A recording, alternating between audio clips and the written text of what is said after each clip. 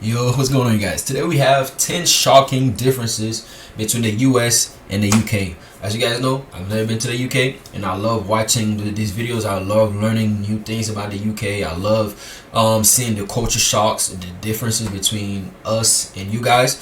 And you know, I learn a lot in these videos. So today we're just gonna get into this video. But before we get to that video, let me tell you guys, we started this channel so we can get to know you guys better. We started this channel so we can get to know you guys' culture, get to know you guys' music, get to know you guys' food, get to know you guys' likes, you guys' dislikes, all of that. That's why we started this channel. So if you could leave a like, that would be great. If you could leave a comment, that would be amazing. But if you could subscribe, that would be even better. So please like, comment, and subscribe. Let's get straight to the video. Come on. Awkward encounters on our first trip to the UK, to learning about some cultural norms that we never knew about. Today we're going to be discussing 10 shocking differences between the US and the UK, starting with one that I learned just recently. Okay. And that is, there are some wild differences in our elections and our political campaigns. Okay. The main two things. First, I learned that UK elections are only about 6 weeks long. That would be lovely. Wouldn't that be nice? We in the US, at least a presidential campaign, can last, I don't know, 2 years. Like that 2 years. process starts. And the idea of having a 6-week political campaign compared to a 2-year run. That actually sounds amazing. Like everything happens so quick, you know, boom, boom, boom. That sounds good. How do you guys like that? Do you guys like it? Do you guys think it's enough time? Or tell me in the comments how you guys like it. Sounds so much less stressful. Yeah, I feel like the actual things where they debate and stuff like that are really more like the last Few months. Yeah. 6 months. But they're out there doing other kinds of campaigning and putting ads up. Yeah, at least a year. Fundraising. Probably. Talking about fundraising, that's actually a really interesting difference that I didn't know that the US was so unique in that we have so much financial backing in our political campaigns. There's so much money in politics. Mm-hmm. In the US, we have something called a PAC, which stands for Political Action Committee, I think. There's also a super PAC. They are basically a tax-exempt organization that is basically a way for corporations and businesses to funnel money into politics. There's basically a lot of money that gets poured into political campaigns. The example that I can think of that comes to mind is in Washington State, probably 10 years ago now, there was a bill that was voted on saying that any food in the supermarket needed to say if it had GMOs in it. PACs were able to basically kill that bill. Like, it did not pass. I remember there was all kinds of advertising at the time of how it was going to be bad for farmers, how it was going to raise the cost of food. And I you know, I'm not an economist, I don't know that, but there is kind of this idea that it would be nice, like, don't we have the right to know what is in our food? Yeah. So anyway, that's an example. Like, I know there are a lot of big food corporations that were behind that PAC, and you know, that's a case of corporate money being able to kill a bill. Yay, America!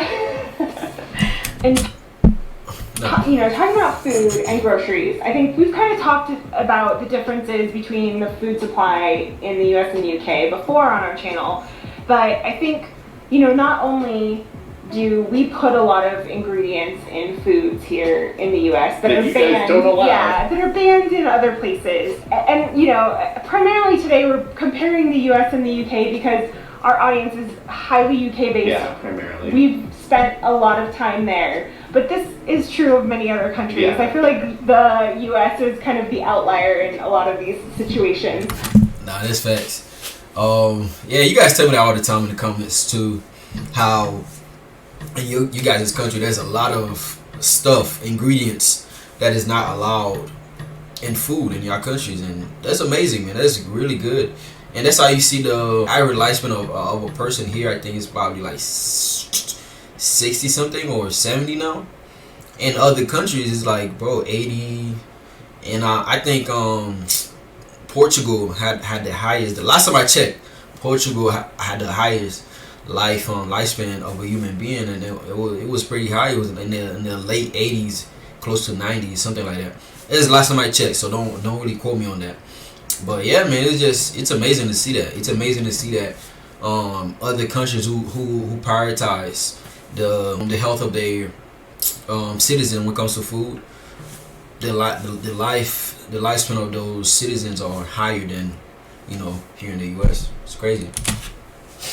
With food, I think we also noticed some differences in our weekly shops and just kind of the difference culturally of how we go to supermarkets and how we do our weekly shopping in the UK versus the US. The one thing I remember noticing last year when we were there for an extended time was how there are labels of very clear, like it's red, it's green, it's color coded to tell you if something is good for you or not. It makes it real easy. Like, we're gonna do the work for you. This is probably not so good for you. I think that kind of information gets buried in the US.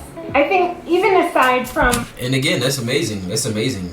Like here, they wouldn't tell you that because most of the food are not good for you. So they wouldn't have much options to sell you if everything that was labeled like it wasn't good for you. You feel me? So it's in their best interest not to do that, and it's, they care about their pockets. You feel me? Actual difference. But it's very good that other countries are doing this. I think we should implement it here, but I don't think they would ever do that. Differences in kind of how our countries operate our food supply. I think there's like a very cultural difference between how we shop, because in the US, I feel like it's so much more common to do like a big weekly shop or like shop and buy, stock up. Like I think about my parents' house, and like my parents have a huge selection of like stockpiled of all kinds of canned foods, like boxed food. They have like an extra freezer in their garage that has all kinds of extra food in it, and yeah, that's true. Yeah, we have extra freezers. That's for like extra meat. You have your fridge. Then the fridge also has a freezer.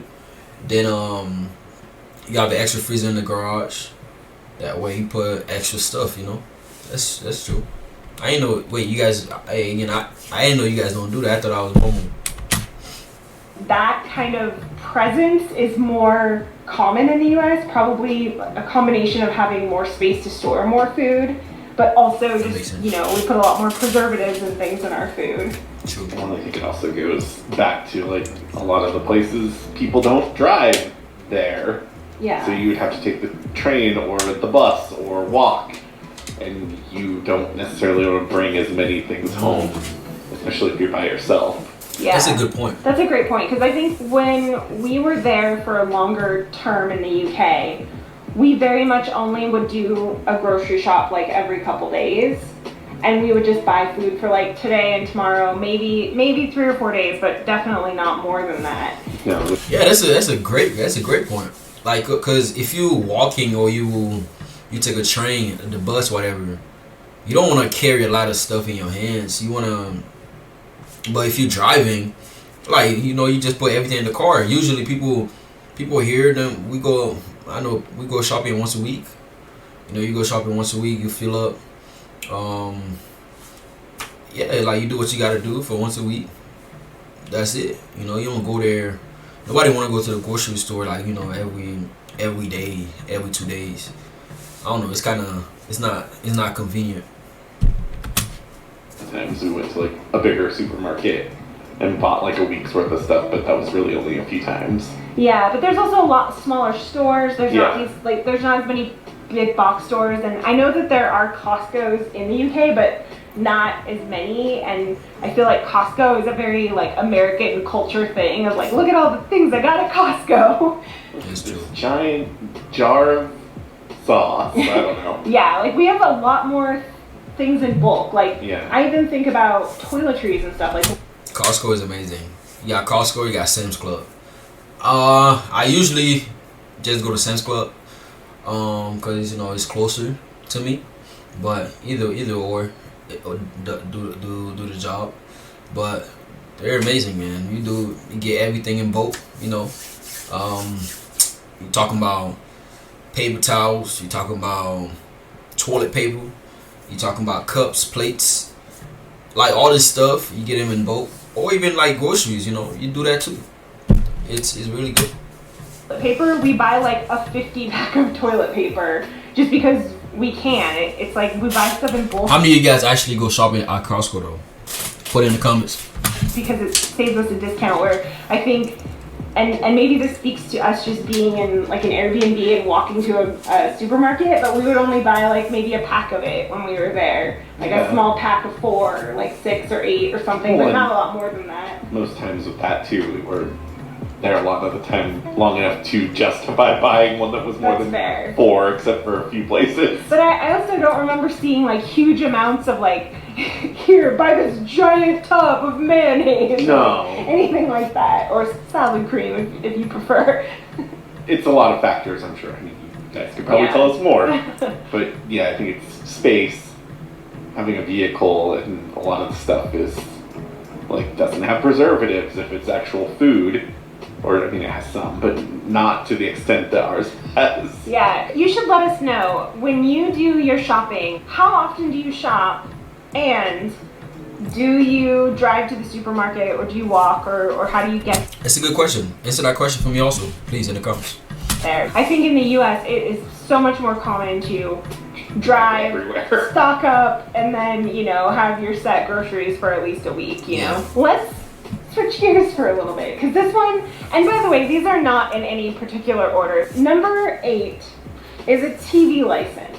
We learned last year, we didn't even know this until I think the end of our time in the UK last year, that you have to pay, I think the price just went up to £169.50 as of April 2024.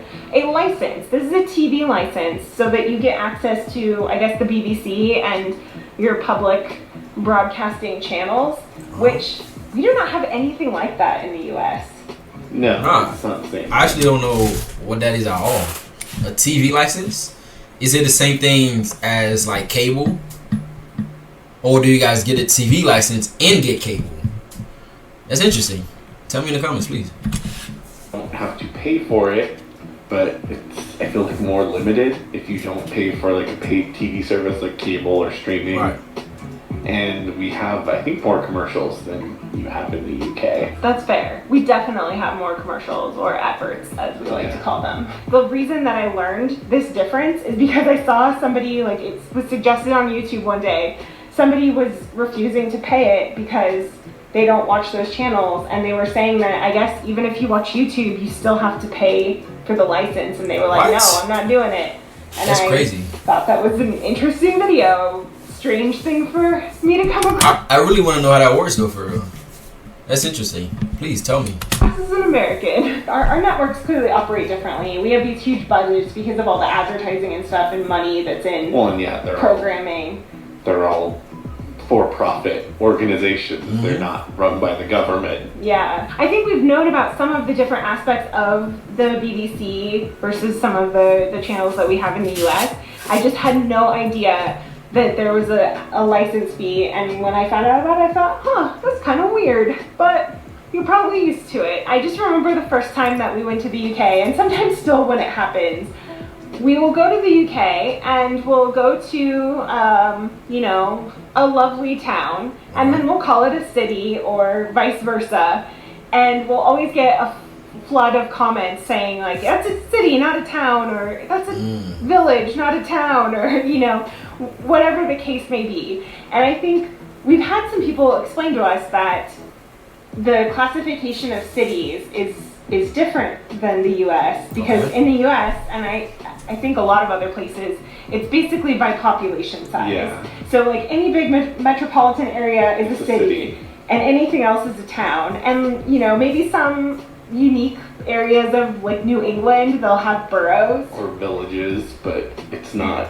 very common. And so for us to come over to the UK and there's all these classifications, and it's like, well, this place, there's a cathedral here, so this is a city, and this place doesn't have a cathedral, but it's a city. And we ended up finding out, because we've had a lot of people tell us that basically any place that has a cathedral is a city, which I guess that's how they used to do things a long time ago. But there's a really good Map Men video about kind of all the intricacies of it. And I guess cities are now determined by the monarch.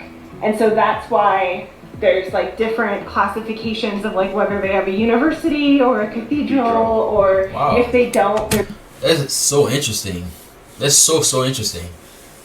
Huh. So okay. So here a city, like you said, a city is like, you know, it's a if it's a big place, if there's a lot of people in that place, it'll be considered a city. For a town, you usually hear, you know, small town, a little town. I'm from this small town, you know, and it'll just be smaller than a city, you know. It's just what's smaller, just make it a town. But we don't have a specific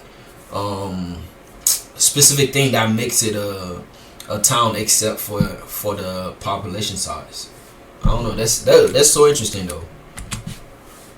Like, you know, big industrial places. Like, I guess Birmingham was the first city that was a non-cathedral city. I mean, it was really, really hard for us to get used to. And I still, every time that we go anywhere in the UK, I will do my best to Google, is this a town or a city? So that I don't get it wrong when I say it, because I know that people will come after us in the comments about it. We still do sometimes. I know, we still get it wrong. Our friends will tell us first, and then we'll hear it. Please explain that to me also, man. I know I'm asking a lot of questions, but it's really because I want to know more. I want to learn more about you guys' culture, you know. I wouldn't want to get anything wrong when I eventually do go over there.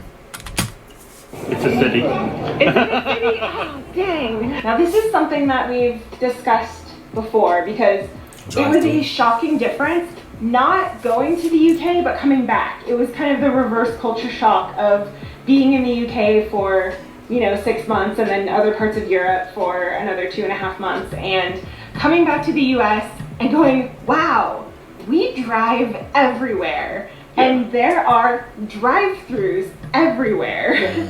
And it made me reflect and think about how we just walked so many more places when we were in the UK. We have been to maybe a McDonald's drive-thru, maybe more than that. Not very many in the UK. Only a handful. When we go a couple towns over, we go and get coffee.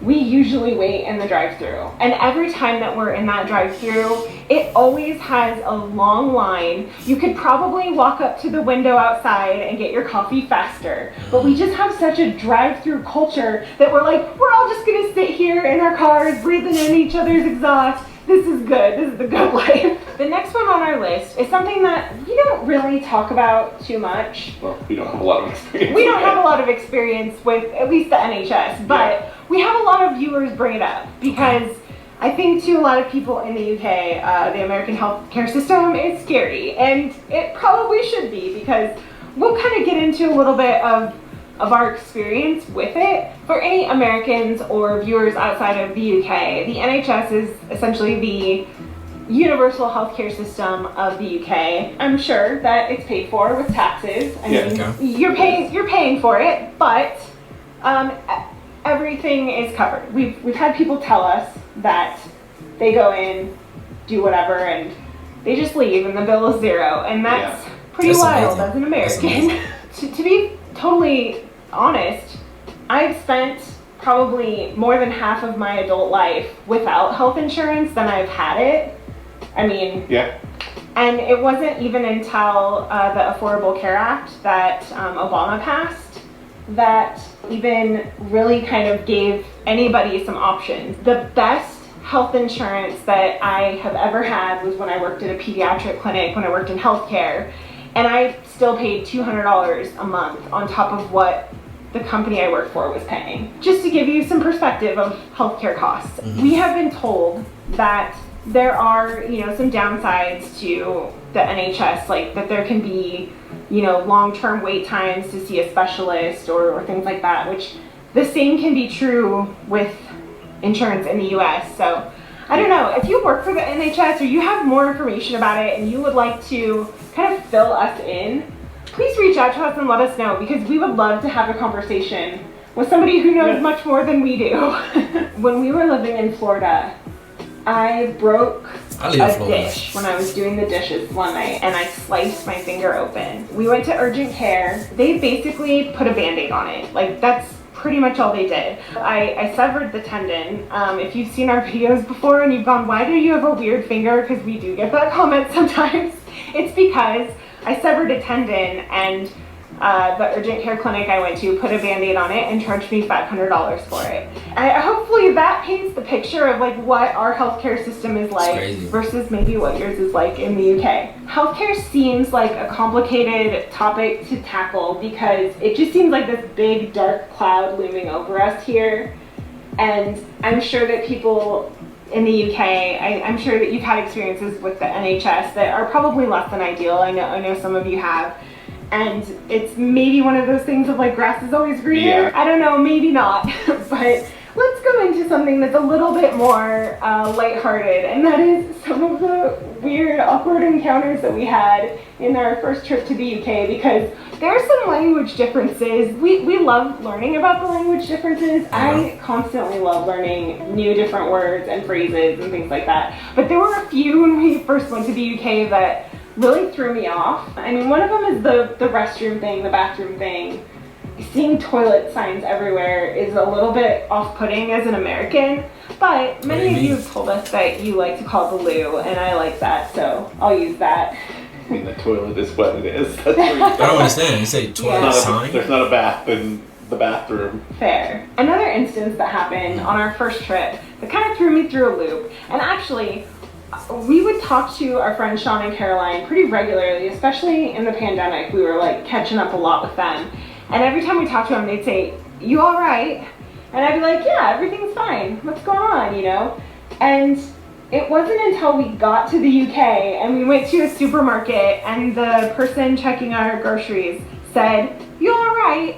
And I went, "Oh, that means like, hi, how are you?" Oh yeah. Where that would have got me too. I'm not gonna lie to you. If somebody gonna, "You all right?" I'm like, "Yeah, I'm good. Yeah, I'm good." Like it wouldn't. The thought would come to my head to be like, "Yeah, you just trying to say hi. We're just trying to say what's up. You all right? You all right?" It's more like, "Are you okay?" Type stuff like that. US. If someone said, "Are you all right?" I would think it meant like, is something wrong? Is everything okay? Yeah. You've been hurt. Are you okay? Yeah. Are you okay? Is everything okay? It implies like something's wrong. Yeah. Every time that we talked to them and they would say that to us, I was like, yeah, gosh, do I seem like I'm depressed all the time or something? But no, it's just a greeting. I think I may have picked up on it before you. I guess you did, because I didn't notice. I was like, yeah, I'm okay. Do I seem like I'm off today? Matter of fact, that would be my reaction. That was a fun cultural experience of me in a supermarket going, oh.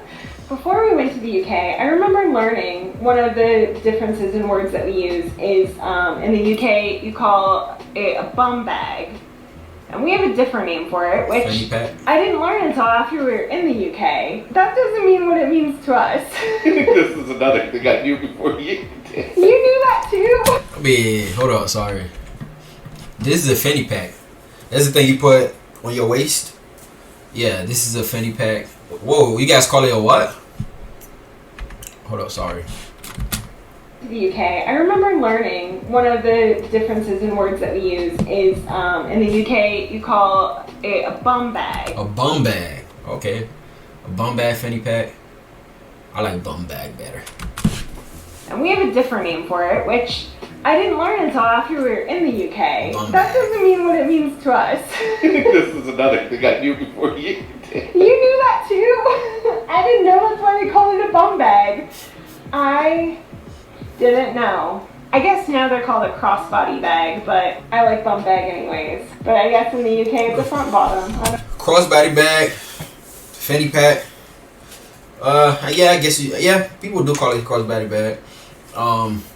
But for where I'm from, more people just call it a fanny pack. Those are the things I can think of. Can you think of? I'm sure we had more weird interactions like that too, where I went, oh, that's what that word means. But those are the ones that come to mind. Right. Number 3. This is one that I didn't know was unique to the US Okay. until we went to the UK and kind of experienced talking to other people, having people tell us that we have a hustle culture. I didn't know that we have such a hustle culture. Yeah, I heard about that. I was watching a video, somebody was mentioning that, how, you know, Americans usually just always work. Yeah, no, they just don't stop. And hustle culture I said this before in another video. Hustle culture could be good, could be amazing, but also it could be very bad because you have to prioritize your health. It's not all about money, it's not all about work. You have to spend time with your family, you have to spend time with your friends, you gotta nurture relationships, you know. And hustle culture, what they will tell you, they were like, yeah, forget about friends, forget about family, focus on work, get paid, get rich, you know. And it's good stuff, but man, like, there has to be a balance, you know. There has to be a balance between work and you know, spending time with family and spending time to yourself, you know. It can't be all about work. And that we have such a work-oriented culture. Apparently we do. Yeah, that's true. And when I look at things like, I think I saw that. Sorry. Even when it comes to jobs, you don't even get that much time off, you know. People probably get like 2 weeks off.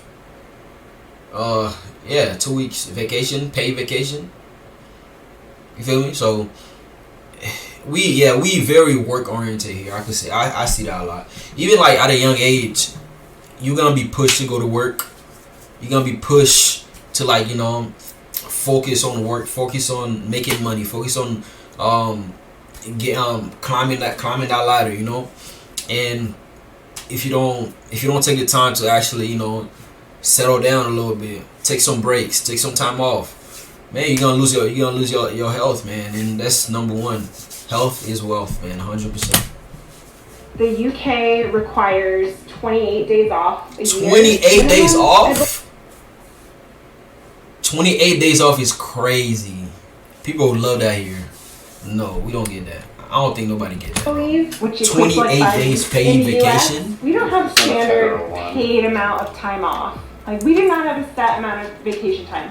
There are different rules and regulations depending on, like, the city and state that you're in. Like, for example, when I used to work in Portland had a mandatory 1 week of sick time paid off. If the business wants to, maybe 2 weeks paid time off is standard. I've heard 2 weeks. 2 weeks is a maximum I've heard. Again, I've heard a week too, but yeah, 2 weeks is usually what I've heard. But that's not even standard. No, a lot of places you like accrue it as you're working. So you might end up after working there a year with 2 weeks because you get, say, 2 hours a week that you accrue every time you get paid. You know, realizing how different we are in that regard, it's kind of a bummer. Like, really? Wow. You know? It goes back to, like, the server thing and tips too, that is like the tipping culture. Yeah, because we don't have a federal, like, minimum wage. I mean, we do. We do, but it doesn't affect some people, like servers. Depending on the state, yeah. I have always felt the hustle culture. Like, I kind of like the hustle culture, I think. But then when I actually think about it, and it's like, gosh, you know, 28 days of paid time off. Like, I haven't taken a full week off of vacation in years. Like, yeah, I mean, again, I love hustle culture, man. I'm a person, I love work. I love work. And I love to, you know, evolve, you know. But I also came to understanding, like, to the understanding that life is not all about work. Life is also about spending time with family, spending time with loved ones, like, you know, spending time with God, man. Life is not all about work, you know. There's to me, there's a time and a place for everything. There's a time to work. There's a time to take breaks. There's a time to work. There's a time to sleep. There's a time to work, and there's a time to spend time with your loved one. So you just gotta, again, like I said, I know I'm kind of yapping a little bit, but you just gotta find that balance. Years. Like, even when we went on a cruise, I bought the highest internet package so that I could work on the cruise. Like, that is how much of a hustle culture that we have here. And I think about, people that we know who work 2 jobs. Like, my friend that's getting married picked up like an additional job so she could pay for her wedding, and like just things like that where it's like, you shouldn't have to do that just to survive. I know I'm talking a lot, but where I'm from, man, like, let me tell you, everybody that has a full-time job here means you're working 40 hours a week. Everybody I know that working a full-time job, they got something else they doing. They either have like a side hustle. That's why they call it a side hustle. They either have like another job, or I know people that has 2 jobs, that works 2 jobs and still has a side hustle. Again, there's nothing wrong with that as long as you can find a balance. You just gotta find a balance. Being like sort of self-employed is like the same thing. You're not guaranteed any sort of vacation because you're kind of your own boss. Gosh, we could take a lesson from other countries.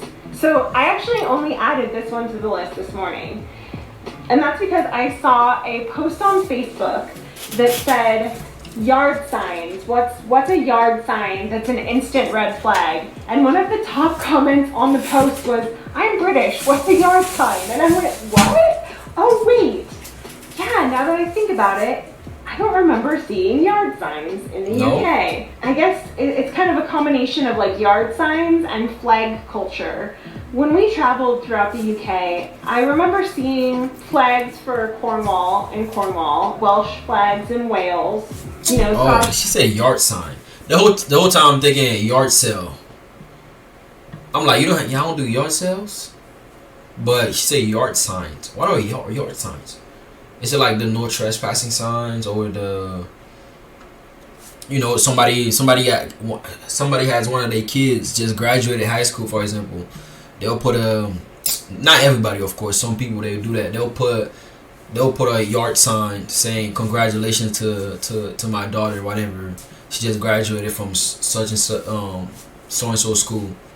You feel me? But that's what I'm thinking about when she said yard sign. But she also said flags. But when it comes to flags, you're gonna see flags a lot. And here, we wear that flag all the time. I mean, see, you got one here. You go outside, you're gonna see it. You're gonna see a flag. If it's gonna be on a car. It's gonna be in front of a house, businesses.